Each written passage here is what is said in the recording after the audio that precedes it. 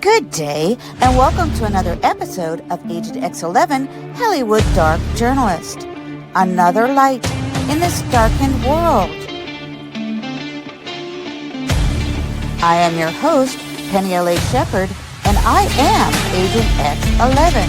My co-hosts are David Zublik, Heather Day, Joan Renee, Chris Montgomery, Skip Press, Tom Althouse, Jessica Garza, Edward Medallion, Dr. Keith Abloh, and TJ Ward.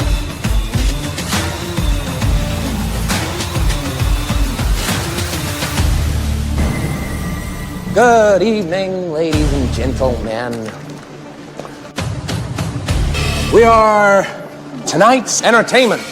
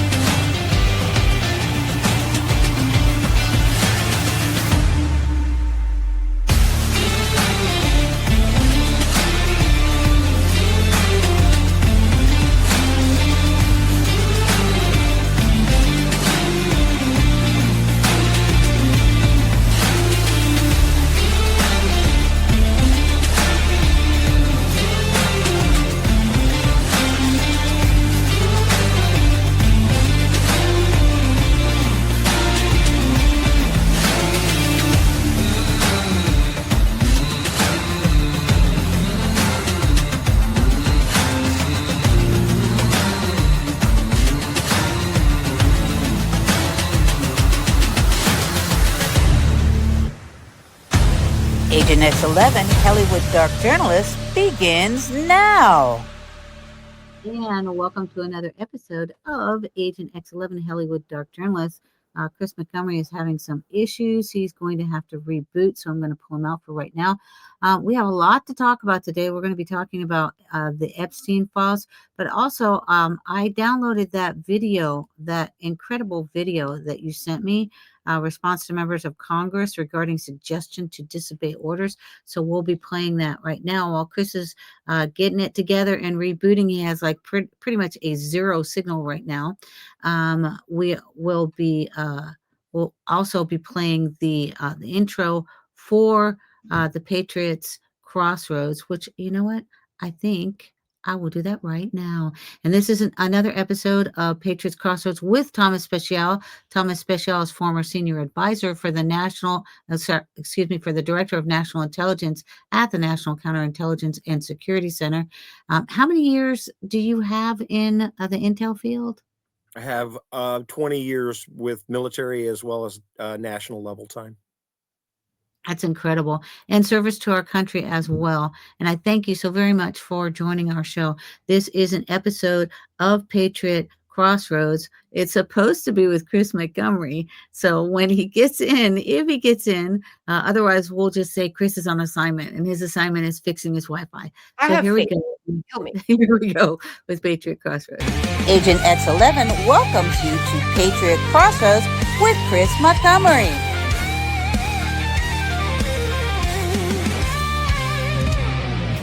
Walking through the crossroads, feeling lost. Watching patriots, I know what the freedom's cost. Broken promises that shattered the night. Stars and stripes will burn down in the fight. Patriot at the crossroads, here I stand. Looking for the signs I can understand. I'm marching forward to an unknown land with the a faithful heart and an American plan. Silent waves smash against the worn-out shore. I see dreams of glory, but there's Agent X11's Patriot Crossroads with Chris Montgomery begins now.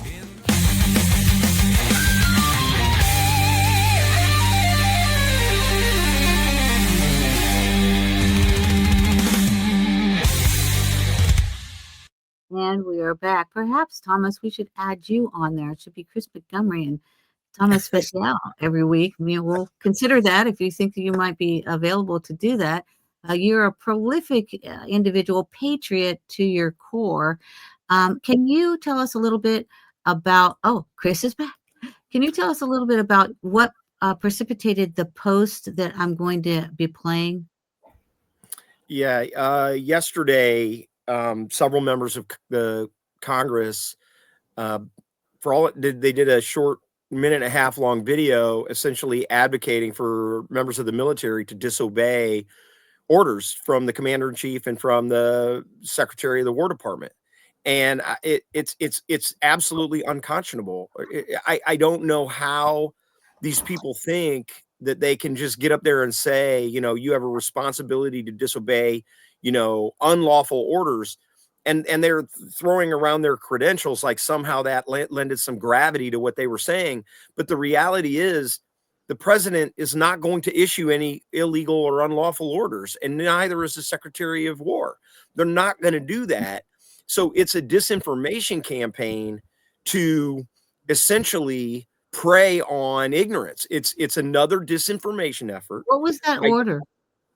Well, the orders that they're saying are illegal are to assist law enforcement, and really they're not even actually, the military is not even, the National Guard is not even being used necessarily to assist law enforcement in their law enforcement functions. What they're doing is that they're protecting federal buildings, or they're protecting federal agents, or they're, and so they're not involved in law enforcement activities. They're doing things that protect federal infrastructure and federal employees from being attacked. And those are in no way, shape, or form, going to be considered unlawful by anyone. It's all a false narrative, basically, because the Democrats want unfettered, illegal immigration. I mean, and they've admitted it. The Democrats have admitted it. They don't know how they'll survive without cheap labor to pick crops. I mean, like, literally, this is like. But Thomas, it's a direct callback to having slavery. It is. It absolutely. I've been saying that for years. Them advocating for illegal immigrants to come into the country unfettered is literally just them saying we want cheap labor. And what they don't understand, well, I think they do understand, because really what they're planning on is they're planning on that the children of these illegal immigrants become American citizens. And so they have a long-term strategy to basically upset the Electoral College and the population in the United States. And so, but they won't admit that publicly, but that's clearly the agenda. And that's why Trump has tried to get, the Constitution looked at with regard to birthright citizenship. And I don't want to get into that. I know we want to talk about the Congress thing and we want to talk about the Epstein files, but I would just say that people need to understand that when the Constitution was written, it took your life savings and at great personal risk to travel to the United States when the Constitution was first written. Now, what's happened is we have imported all these illegal immigrants. The illegal immigrants are sending money back home to their state, to their home country, which then allows these other illegals to then fund their trip to come to the United States. So because the technology changes with finance, with transportation, with communication, it's become easy to basically break into our country and not ever have a desire to become an American citizen. And we've just got to fix immigration. We've got to fix it. I would like to play the video that you sent me. I had to actually screen record it because it wouldn't let me download it, which was weird, Thomas. So here we go. Hey, everybody. Tom Speciale here. Hey, in response to members of Congress posting their veteran credentials and what their suggestions were yesterday regarding the disobeying of orders from the Commander-in-Chief and from the Secretary of War. I wanted to put my thoughts together, and I've written a statement. These are my own feelings. I think that they are absolutely and utterly supported by the Uniform Code of Military Justice, as well as the U.S. Constitution and our oath that we have sworn to protect our country. And so I want to read this because I didn't want to miss anything. My name is Thomas Speciale. I have over 34 years of service in the Army and the Army Reserves, over 20 years in the national intelligence community during intelligence analysis, human intelligence collection, and I recently served as a senior advisor for the DNI on counterintelligence and security. I've served on active duty as an artilleryman, as an infantryman, and an interrogator in Afghanistan alongside U.S. Special Forces. This is a message to all members of the military and our veterans. Indeed, this is a message to all Americans who love our country and our Constitution. What you saw yesterday from a number of U.S. congressmen and women is nothing more than a disinformation campaign targeting you directly, specifically military, active duty military, and veterans, but it is ultimately directed at all Americans. These individuals are using their credentials in a fallacious argument that the U.S. military is being ordered to do something that is illegal. That is not what is happening. I view this action by these members of Congress as a direct assault on us and advocacy for mutiny. Advocacy for mutiny is a crime, and it is seditious. Their goal is to divide our military and damage our republic. I am not going to tell you what an illegal order is because I know you already know that. But what I saw yesterday is exactly the same thing that they did when they claimed that the military was filled with extremists. It was a lie then, and it is a lie now. This action is the most egregious abuse of their influence I have ever seen, except possibly for a number of woke generals who called for a purge of our military if they supported President Trump during his last administration.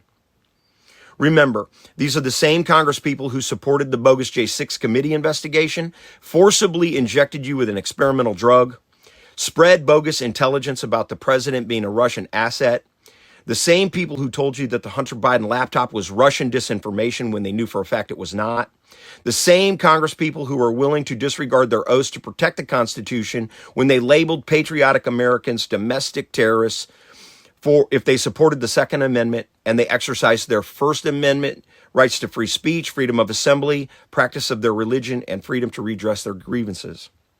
These are the same people that drove us into not one, but two false impeachments. They tried to bankrupt President Trump. They tried to imprison him, and they have tried to kill him twice. They tried to have him removed from the ballot.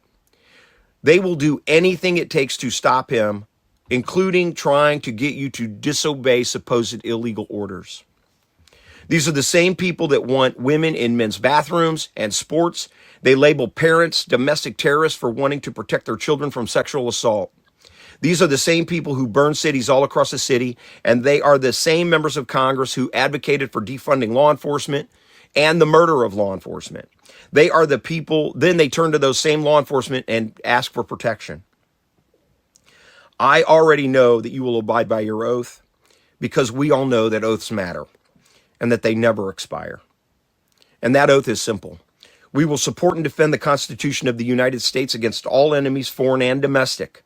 That we will bear true faith and allegiance to the same, and that we will obey the orders of the President of the United States and the orders of the officers appointed over us according to the regulations and Uniform Code of Military Justice. So help us God.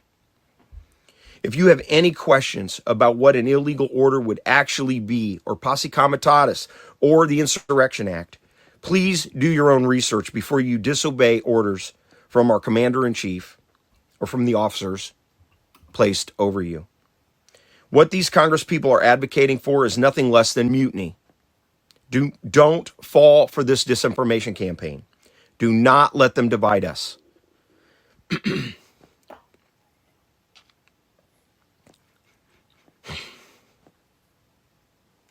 We are not red or blue. We are not white or black or brown. We are Americans, and we are veterans, and we are members of the military. And we are the backbone of this nation. Do not fall for this disinformation campaign, and do not buy into the suggestion to be mutinous against your commander-in-chief and the Secretary of War. Do not fall for the trap, because that is what this is. Their entire goal is to divide us against ourselves. Do not fall for it. God bless you. God bless our country. Oaths matter, and they never expire.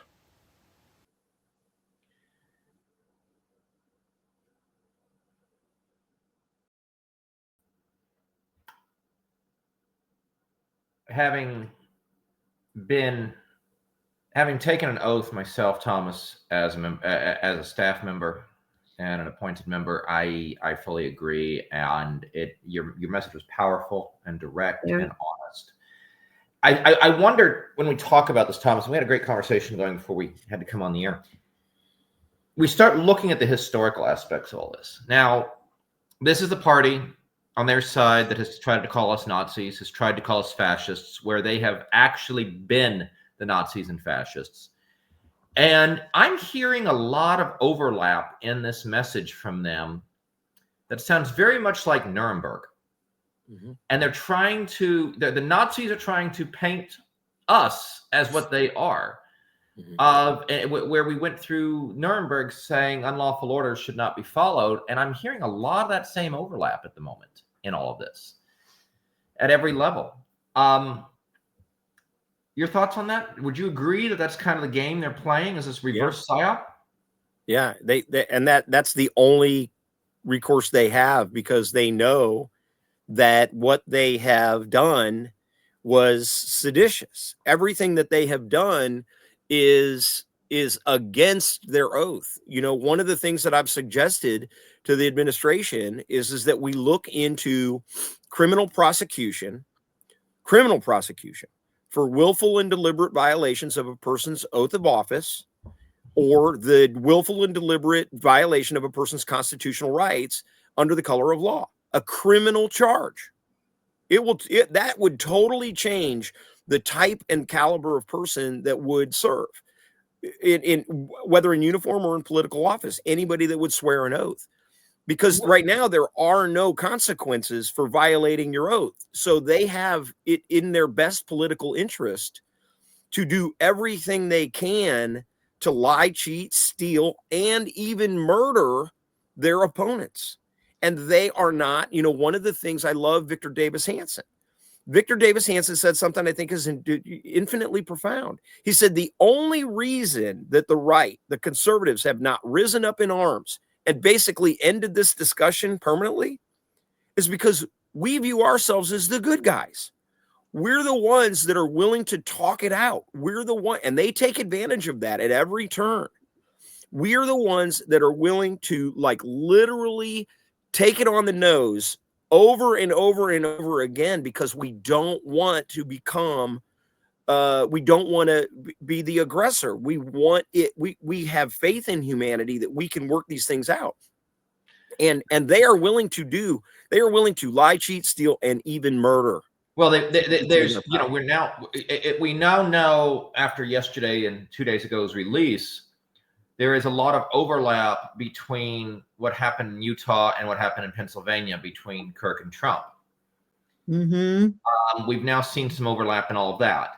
We now have this overlap that's happening on the Epstein. We now have these overlaps of where we're literally, we removed education and actual education from the schools so that we can apply these same aspects back on the back on today's world. I think I've told you before, Van Nuys High School, just a few miles from me. 2 years ago, it was I was there. It was a performing arts magnet school, charter school type of thing. Focuses there. A dear friend of mine's daughter attended, and I went to her performances, and I said, I'm shocked. I told these teachers, I said, I'm shocked. You're not teaching apartheid. You're not teaching communism. You're not teaching the Iron Curtain. You're not teaching real issues in human history. And the teacher responded to me and said, well, we only have so many hours in a day and we have to focus on what's important. And That's I said, important. yeah, but you spent the first 3 full days of this semester, because she came home and told me, solely teaching how everyone was to address each other by their pronouns. And she said, yes, because that's what's important and we need to spend our time on that. Oh, Lord. And that was Van Nuys High School. And I'll call it out. Right. I don't care anymore. She's not there anymore. And so what we have is we have now removed the issues of what Nuremberg was. We have removed the issues of what a lawful and unlawful order is. We have removed the definition of communism. We have removed the definition of apartheid. We have removed the definition of fascism.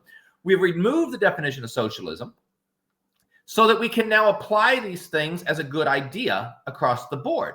Mm-hmm.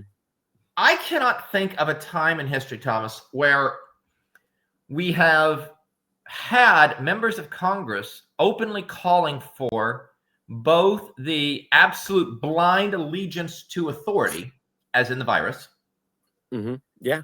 simultaneously absolute ambition to defy all orders. Mm-hmm. I Yeah. can never think of a time in Congress where you had members of Congress hold up the flag of another nation, Yeah. or another tribe. And where is this a intelligence op? Bringing it back into your world, is this a overseas op? Is this internal? What is this? What level of threat? I mean, you study threats against the country. What level of threat is this? Okay, this is a cataclysmic threat to the country. It's one that's been metastasizing and spreading throughout the country since the 1960s. Yuri Bezmenov, a defector, KGB defector, came to the United States in the 1960s, and he said that 95% of what the KGB does is what's called ideological subversion. That is what they have been successful in achieving. They have successfully achieved complete ideological subversion. And what he said was, and this is coming from the guys who basically created this leftist methodology, and people think it's just communism. It's not. It's all of the negative human traits: bigotry, hatred, division, all things that are antithetical to sort of Western Christian values of like community and love. And what he said was, what Yuri Bezmenov said was, he said that you have to subvert the education system first. If you can subvert the education system, within 2 generations, you can begin to subvert the political system. Once you've subverted the political system, then you can have revolution. And that is where we're at right now. And what the crazy part is we were right on track for that in 2020. When you think about a generation being 20 to 25 years, we're right on track for a complete ideological subversion in the United States. And that's why you have all these teachers running around that won't say socialism has failed everywhere in the world and that communism is an evil ideology of power and corruption. That's why they won't say it, because they have been ideologically subverted. They don't know. They don't know what they're advocating for, because they themselves were subverted. That, their ideology was subverted while they were in college. Thomas, you have a very good point there, because let's go look at the fact of, and I have said probably the most dangerous book in my lifetime to ever come out, because it laid out the playbook, was Hillary Clinton writing the book, It Takes a Village. Where she said that a village was responsible for raising children, not a family. Correct. Yeah. Also kidnapping them from Haiti. And so when we go into her book, which came out in the 90s and early 2000s, and here we are 2 generations later. Mm-hmm. Yeah. And so I think your point is really there. I had said from Trump 1, I had said, why is anybody surprised what he's doing? Go read The Art of the Deal. With the Clintons and the Democrats, I have said, why is anybody surprised what they're doing? Go read Hillary's book. Yeah. And I truly believe that what Hillary started with her book, and It Takes a Village, Obama finished with The Audacity of Hope. Yeah, 100%. 100%. Yeah, and I think that, that we have like really, really glaring proof of their agenda and the failure of their agenda. And that is, we've got 17 major cities that they have, for all intents and purposes, they have destroyed the Black family and erased Black men, Black fathers. They've pretty much erased Black fathers from our society. They have no say in anything. And at the same time, you look at all the violence, the drug addiction, the hopelessness, the homelessness, the mental illness, everything. It's all in these Democrat-run strongholds all across the country in the inner cities. And so we've got example. I mean, it's right in front of our face. And yet they still will somehow elect Mamdani in New York, who's for all intents and purposes, an Islamic radical and a communist. Yes. And it's because he'll say all food's going to be free and housing is going to be cheap and everybody's going to get health care. They will lie, cheat, steal, and murder to stay in power. It is very simple and it's very plainly obvious, or at least it should be to anybody who's paying attention. So the infiltration of America. I would like to switch gears just a wee bit to go to Epstein. I played this on our news, and I think Trump really summarized what the MSN has become, the leftist arm of the populace. We already know that. Those of us that are engaged in truth-telling know that the media is not your friend and they have an agenda.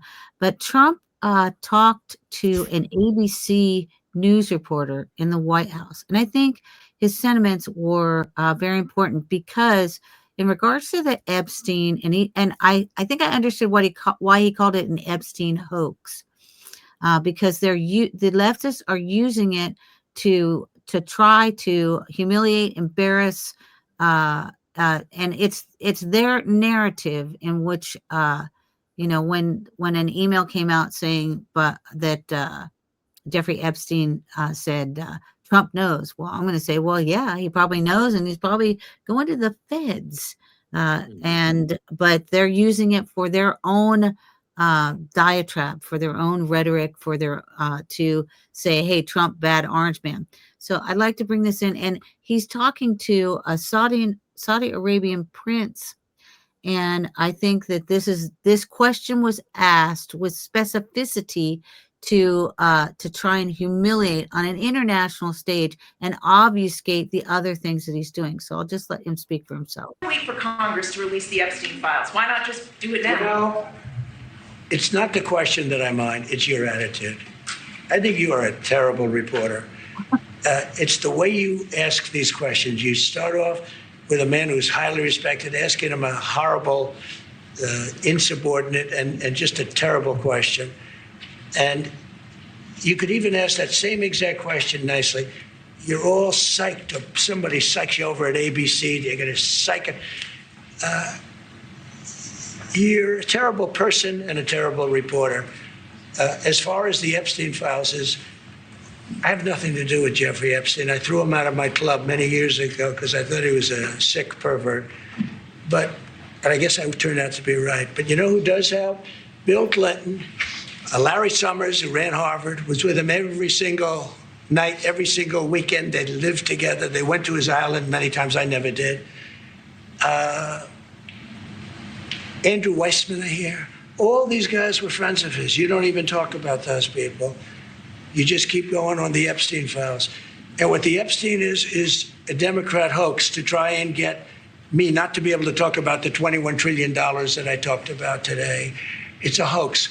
Now, I just got a little report, and I put it in my pocket, of all the money that he's given to Democrats. Nice. He gave me none, zero, no money to me. But he gave money to Democrats.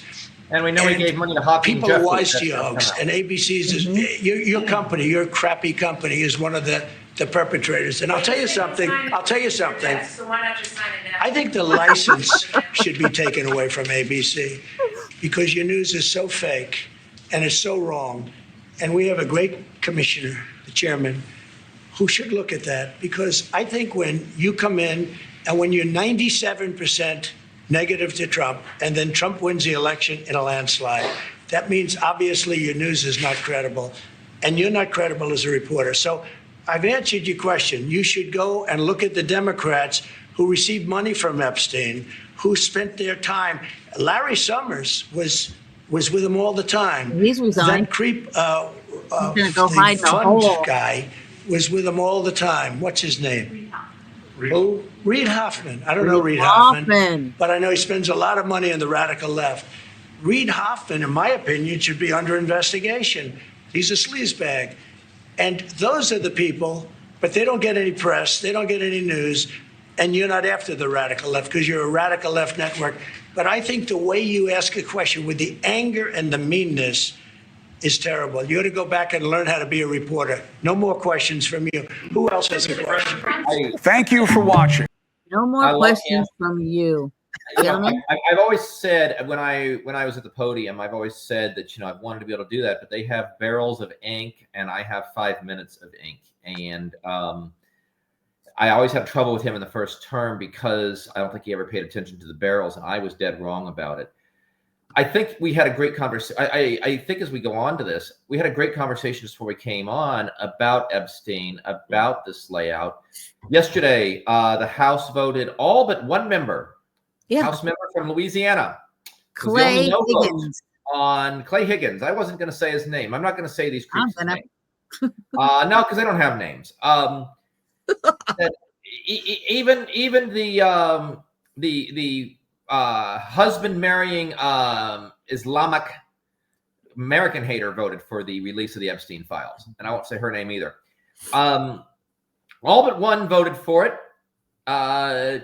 Chuck, the Palestinian, went to the Senate floor and called for the unanimous consent that the Senate would not even vote on it and would approve it unanimously. So the House voted 100-0 technically yesterday to release it. Now sitting on the president's desk for sign. I believe he'll be signing that sometime today. I believe in the next hour, Pam and Director Patel are going to be giving a news conference about all of this. But Thomas, you had some good points about the international aspects, the Mossad, the CIA. We know, the former Prince Andrew, now Andrew Mountbatten Windsor, was directly tied as an ambassador and member of the royal family. We're pretty sure other royals and international leaders have been involved. Is Epstein a creation of Mossad and a creation of the CIA? Is that why we've hidden this out? Is he an intelligence asset? What are your thoughts? I strongly have believed, going back to his first conviction, where mysterious government officials showed up and he walked out with a slap on the wrist for after 200 victims, and it was one solicitation of a minor charge where he got 13 months in work release and basically worked throughout the week and spent a couple hours in there on the weekends. His lawyer was Alan Dershowitz. If you watch the documentary, the Epstein documentary, and you look in the background on Alan Dershowitz's wall, there's a photo, or there's a certificate of thank you from Menachem Begin for his support to Israelis around the world. I believe that he's probably the spy lawyer. He's probably the lawyer that works with the Israelis to get their Israeli agents that have, so that they have protection in the United States in particular. I think that's how you end up with Epstein as a client. So the bottom line is, and the main thing I think I was hitting on there is that the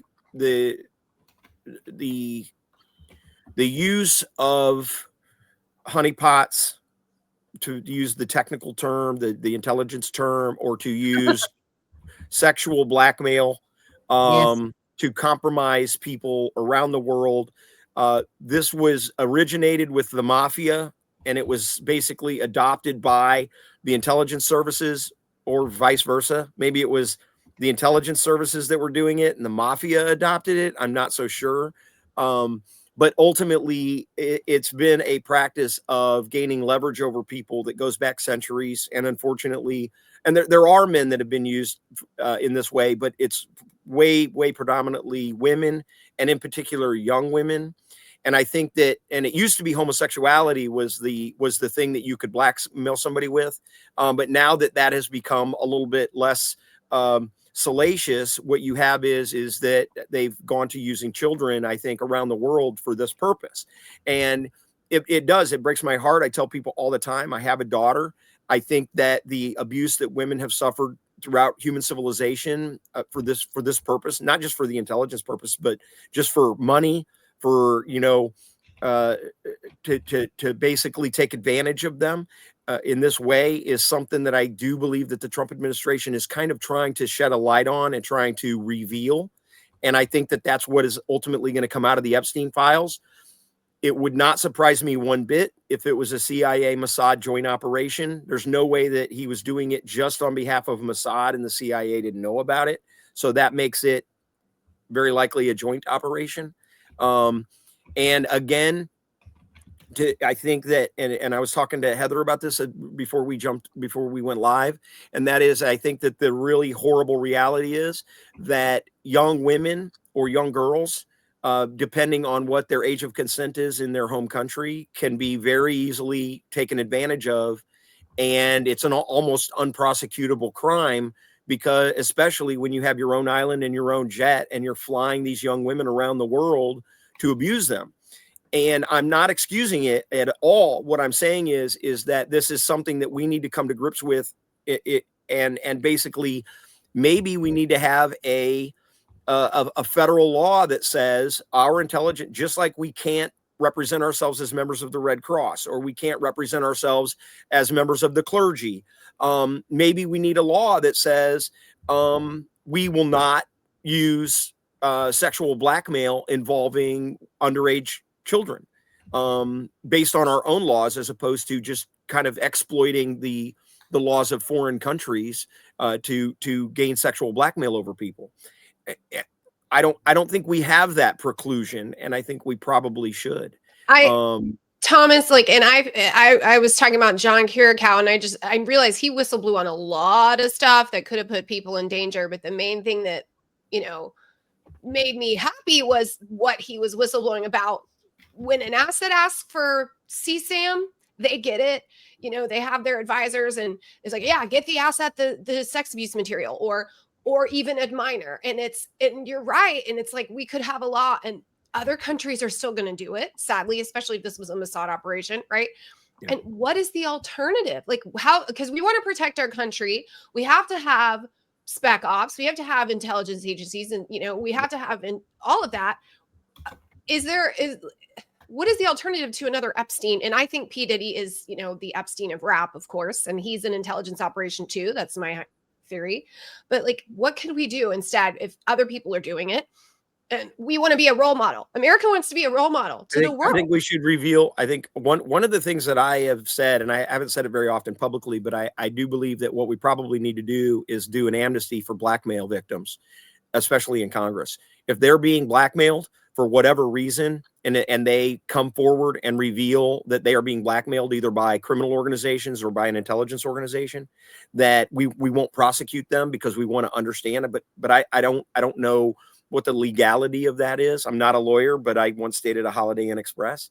But I think that we've almost got to have a blackmail amnesty, because I think that what that would do is that would free up a lot of these people that have been blackmailed even by our own government to a great extent to come open to the American people, almost like a whistleblower type status, to say that we're not going to tolerate this. And that would be the example that we would set morally to the rest of the world.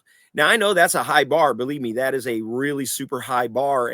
But we've got to remember that the victims of this are these young women, and we're not doing anything about the victims, and that's, I think, one of the things that's very interesting about the Epstein situation.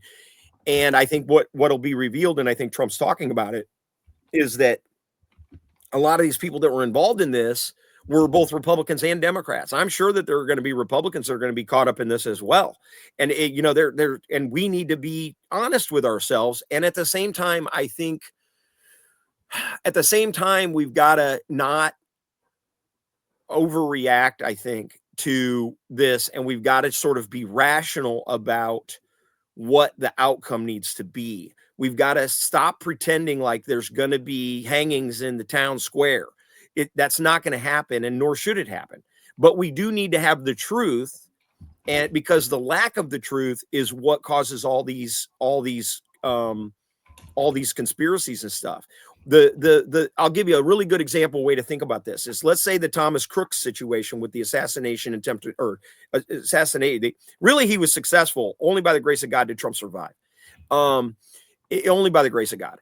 But the Thomas Crooks revelations that's just come out from Tucker Carlson, and a lot of this deep mining into the web about Thomas Crook being in communication with people that may have been radicals in Europe, right? And the FBI probably did know about all that. They probably did. But the fact that they know about it, they may have kept secret because they don't want the enemy to know that they compromised Thomas Crooks. But the problem is the American people now have the resources, the skills, and the intellectual horsepower to go and figure some of this stuff out for themselves. And what it does is it makes the FBI look one of two ways. They either look, well, one of three ways. Complicit, in other words, they allowed it to happen. Compromised, they orchestrated it. Or inept, which is all three are bad, right? Like, and so one of the things that I talk about in my report that I published is that the FBI, when they F up, they need to, our government, period, when they make a mistake, they need to come out with it right away, and especially when it breaks. And they need to say, listen, yes, we did this Crossfire Hurricane thing. We shouldn't have done it. I'm resigning. Whoever's resigning, we shouldn't have done it. It was a mistake.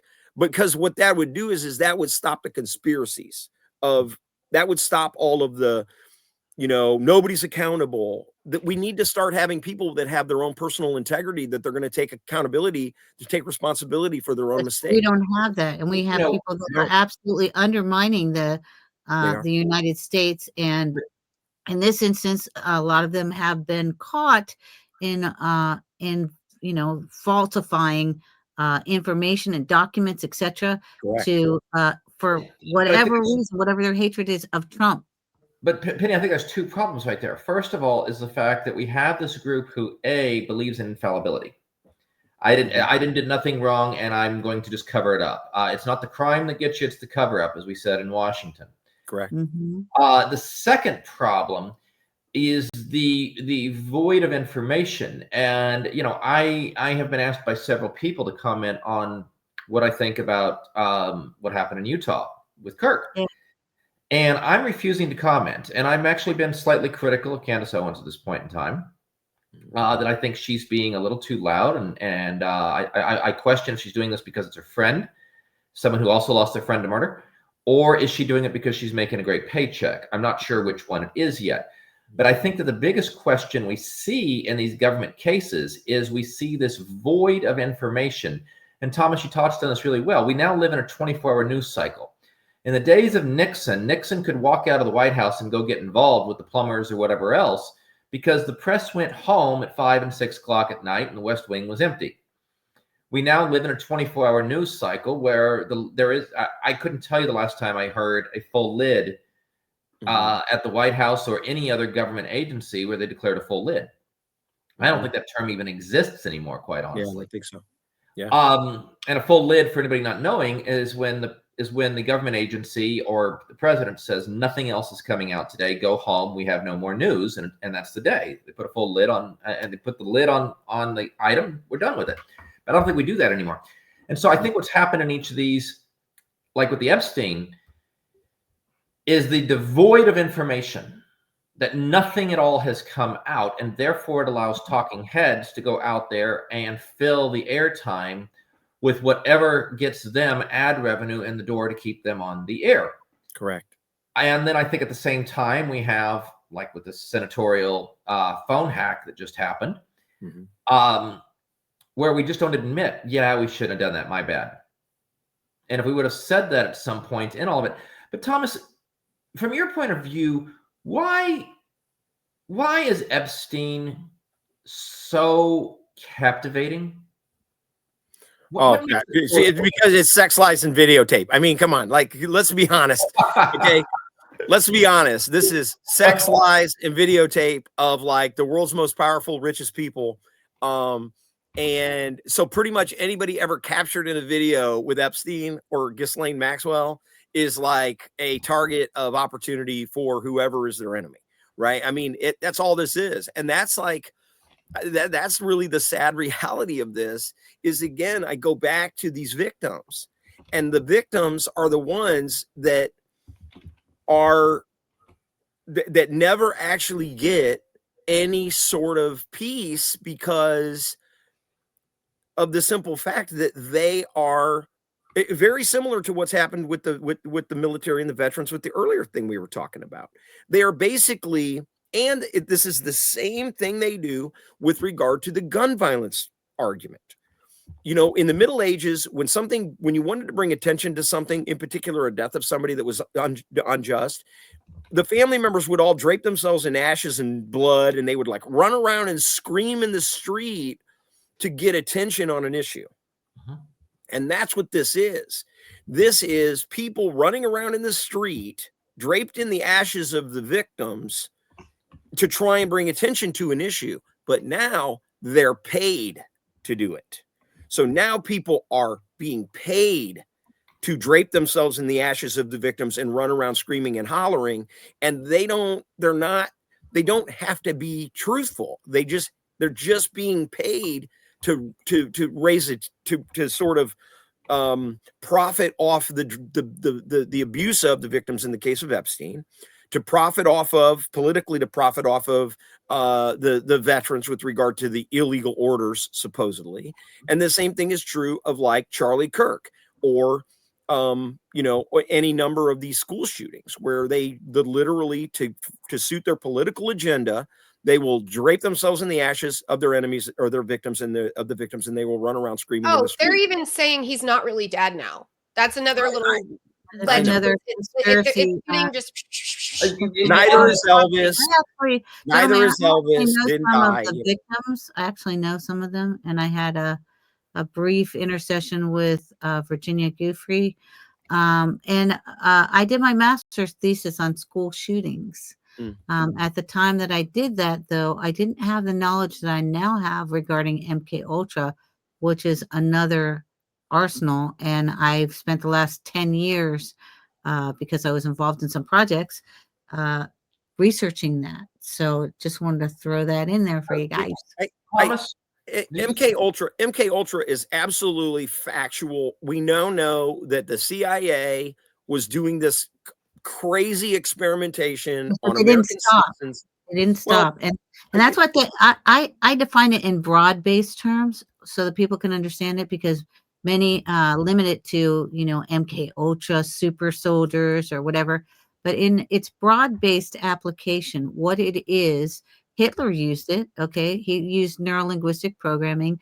It is what the MSN is currently doing. So they did this with the transgender. And that's what I was getting at, Penny. That's what I was getting at is I think that because you refer to MK Ultra, then it automatically in the ears of many people, it becomes sort of like this conspiracy thing, not realizing that these are factual things. Neuro-linguistic programming these things are continued to go on. And it's one of the arguments that I would have with my mom all the time. I would say, Mom, listen, just because somebody sounds like they know what they're talking about and is presenting facts in a way that they present, it seems like they know what they're talking about, or they're throwing around ranks. And I was a colonel in the special forces and we did this with the whatever. You don't know that to be true. And the only way you can know that to be true is to do a lot of research into who it is that's very talking. True, Thomas. You just can't trust what anybody says without doing your own credit. What did your mom respond? Oh, well, I was a globe head and I was, whatever. So Thomas kind of being all home at the moment with the issue of the sedition and mutiny video that went out, which was a great TikTok comedy piece. I can't wait to see the memes made of all of it.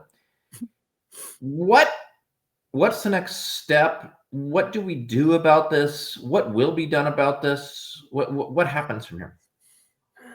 Well, my hope is that some lawyers contact them from the military, some military JAG attorneys contact them and say, you need to recant these statements because what you're advocating for is a mutiny. And that is a crime. That is a crime. Advocation for willful and deliberate disobeying of orders is a mutinous crime.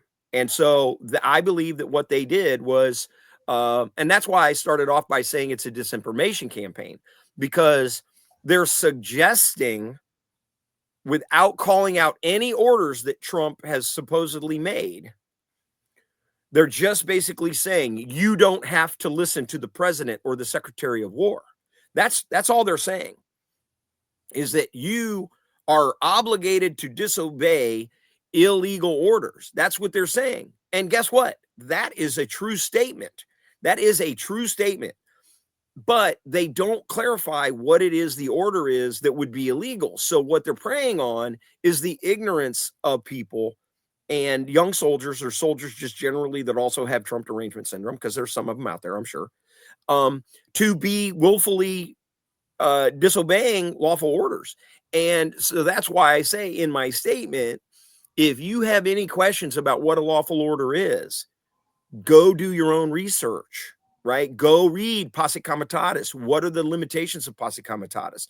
Go look at the Insurrection Act so that you can become informed as to what is a lawful and what is an unlawful order. And it's very clear what an unlawful order is. I mean, it's very clear what an unlawful order is. And Thomas, you served in the United States military. Correct.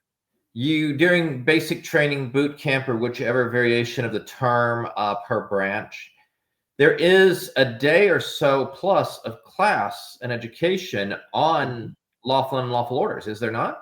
Oh yeah, but it's really, it goes on every day. It you know what I mean? It's maybe not training, but the mere suggestion, like this is where I have a problem.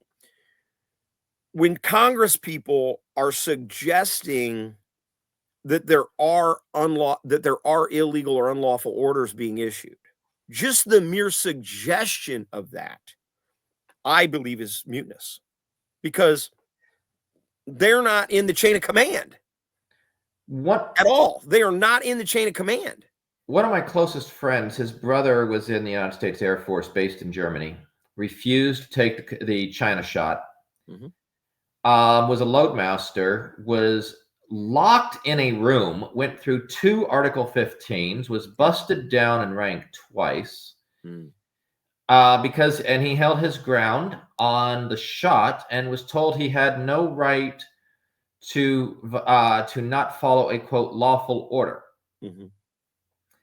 I would love to get his opinion. I haven't had time to talk to him yet about what came out yesterday, because he was absolutely harassed, threatened with jail time, etc., with more than an Article 15 over not taking a shot. It's kind of funny how Congress has now done a 180 on blind obedience in all this. With Epstein, because I know we only have a couple of minutes left, and the release, we know this is coming out unredacted other than the victims' names, or supposedly. We know it's going to be searchable by the public online, supposedly. We know that Andrew Mountbatten, as a world leader, is attached. Are we going to see other world? We know Bill Clinton is somewhere in all of this. Are we going to see other world leaders come out? Are we going to see what do you see as the risk and the fallout that's going to come in the next 30 days? I honestly, Chris, I can't even speculate. I think that the bigger risk is likely to what Trump said, which is to Democrats and people on the left, that, you know, they don't even probably realize, like, that's the funny part of this, is they're advocating for something that they really don't know what it contains. They're just hoping against hope that Trump's in there. Okay. But what they don't realize is that there are actual sources and methods that are going to have to be protected. There are actual national security stuff that's going to have to be protected. Most of these Congress people don't even know what they're asking for.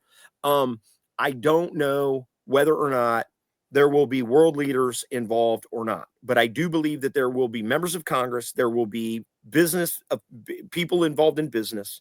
You know, I mean, it's not just about a flight log. It's about the relationships. It's about the emails. It's about, you know, like, I think one of the things that I saw is that, or it was on the video from Trump. He said all of the donations he ever made were to Democrats. So what are you expecting to come out of this? And that is probably why the Democrats last term with the Biden auto pin didn't just do this, because they knew they were the ones that were going to probably be on the hook. But when you take that point, though, then, Thomas, because I always love it when you and I talk, because it turns into 10 more topics that we could go for 10 more hours on. And you always do this to me at the end when you finish. But, okay, we had Palestinian Chuck yesterday. It come out, and he was the one who put out unanimous consent on the Senate floor for this. Mm. Now, we know he's on his way out. So then I guess the question is, A, is it exactly what you said, that he doesn't know what he's advocating for? Or B, because he's getting so screwed by his own party that he wants to see the house burn as he walks out the door? Or C, all of the above? Yeah, I think it's all the above. I think it's all the above. I mean, Nancy Pelosi's now on the way out. You know, Chuck Schumer, he's on the way out. We had to like push her out in a wheelchair. I mean, she was drunk most of the time. She should have been. I'd say she was on vitamin V, Vicodin, Valium, and who knows? Who knows what they're on, right? But vodka. None of them should be serving. None of them should be serving when, you know. Well, she definitely shouldn't be served anything anymore. It's sad. It's sad to me that literally this is this is our national leadership, is these people that new are meaning all for hammer compromising one time. another. She's hammered all the time, and then her husband got hammered too. I actually had a nightmare about Nancy Pelosi in 2022, that she was driving a car drunk with me onto a government compound. I am not kidding. Oh my God. That's how drunk she was all the time, that she entered into my subconscious mind as a drunk driver of the car. I didn't need to dream about her. I've had a nightmare of a few decades of her in service. Right. Yeah, exactly. Good Lord. But, you know, as we wrap up to all of this, it's going to be an interesting week ahead as we deal with both this mutinous thing. And first, again, Thomas, your speech was inspiring, was emotionally moving, was touching, was incredible. So thank you for that. I must have been crying, so that's why you guys, just let me say, like, I really battled about saying something about it, in the sense that I'm still in the reserves, right? And so I have to be really, really careful about what I say. Yes. And I think we should, people that are serving in uniform should be very careful about what we say publicly, because we have an obligation to our country, but we have an oath to protect our country. And that means when I see that kind of an egregious, willful, deliberate, mutinous, somebody has to say something. And unfortunately, our active duty cannot speak. And so I feel well positioned to address it publicly on their behalf, because I just, you know, our generals can't publicly say anything, but I can. And so I felt obligated that I had to. We're very thankful for that, Thomas. Thomas, where can people find you? You can find me on X at Speciale 4 VA, SPECIALE 4 VA for Virginia. And you can also find my website, thomasspeciale.com, and that has all of my the weaponization against me by the federal government, as well as all the research I've done regarding January 6th. Excellent. And Chris Montgomery, where can people find you? You've got so many irons in the fire. We only talk about a quarter of them. Legacy IF on X, Legacy Inspired Films on Facebook and Instagram. First crypto-funded studio for conservatives by conservatives, with full-length content to major streaming platforms coming shortly. Every other Monday on the David Zublik channel at 6:30 Pacific, 9:30 Eastern, and every Wednesday here on Agent X11 with Patriot Crossroads, Chris Montgomery, and hopefully we can make Thomas a regular contributor here with us. This would be wonderful, because I love his mind. All I have to do is say yes. I'll be putting him on the promo. I would love it. And I'm not ready for that commitment yet, Penny, but I've already thought about it. So I'd be honored to be part of the team. Anytime I can get into Pennyland on Fridays, as Skip Press calls it, which is rare for me these days, but I do try to join Heather, Skip, and Joan Renee and Pennyland on a daily basis, but I can do it on Friday. That should be like on your Legacy Inspired Films. You can just run me 24/7. Heather Day, where can people find you? Yeah, my handle all over the web is Heather Day Music, and I'm growing my Rumble channel, Heather Day, where I'm streaming the Trauma Triage Team, which is Wednesdays at 11 a.m. Eastern. And hopefully in January, I'll have some kind of podcast of my own. Well, I'm working with Penny and David on that, and I'm going to nerd out with my biotech education that I just paid off by selling a house. Yeah. So. Oh, nice. Okay, and you can find me on The Awake Nation. That's Monday through Friday. We are live on the David Zubik channel. We do 1 hour of news from 7 to 8, and then from 8 to 10, we do commentaries and interviews every single day. So please join us on Agent X11 as well. So join us on the David Zubik channel. And then David also has a show that he does on Saturday, Damn Straight Weekend Update. So he's been doing his commentaries on The Awake Nation every day. So Tuesday, Wednesday, and Thursday, he does a commentary. And then Saturday, 8 to 10, he does another Damn Straight Weekend Update. And thank you for joining us all. You can find me on X at Shepherd Out. You can also visit my site, which I'm working on to update it. It's shepherd-entertainment. That's SHEPARD.com.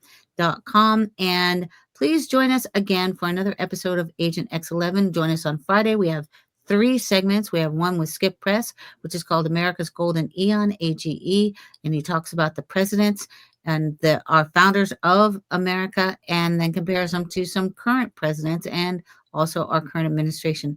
I thank you again for joining us, and please like, share, and subscribe. That's how we get the information out. No one here is getting paid, so that's how you can pay us. You can share this information. Thank you again for joining us. We are out of time, so we are out of here. Shepherd out.